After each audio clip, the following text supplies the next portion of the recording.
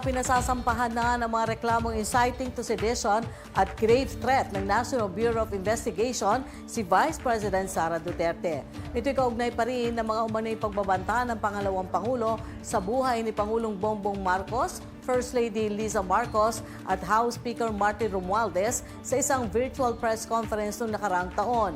Kinumpirma ni NBI Director Jaime Santiago na inihain na nila sa DOJ ang rekomendasyon at nasa DOJ na ang bola kung ano ang magiging pasya nila kaugnay dito. Matipid naman umano ang naging reaksyon ni Vice Presidente rito kung saan sinabi niyang inaasahan na niya umano ang hakbang na ito ng NBI. Ayon naman kay Prosecutor General Richard Padulyon ng National Prosecution Service, kanila pang susuriin ang kabuuan ng mga ebidensya at saka lamang ito idadaan sa preliminary investigation kapag umayon ang resulta ng pagsusuri.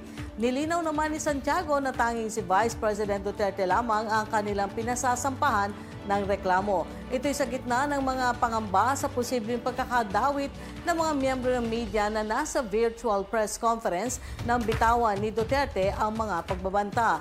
Kumpiyansa si Santiago na sapat ang kanilang inihaing mga ebidensya para masampahan ng kaso ang Vice-Presidente. Finally,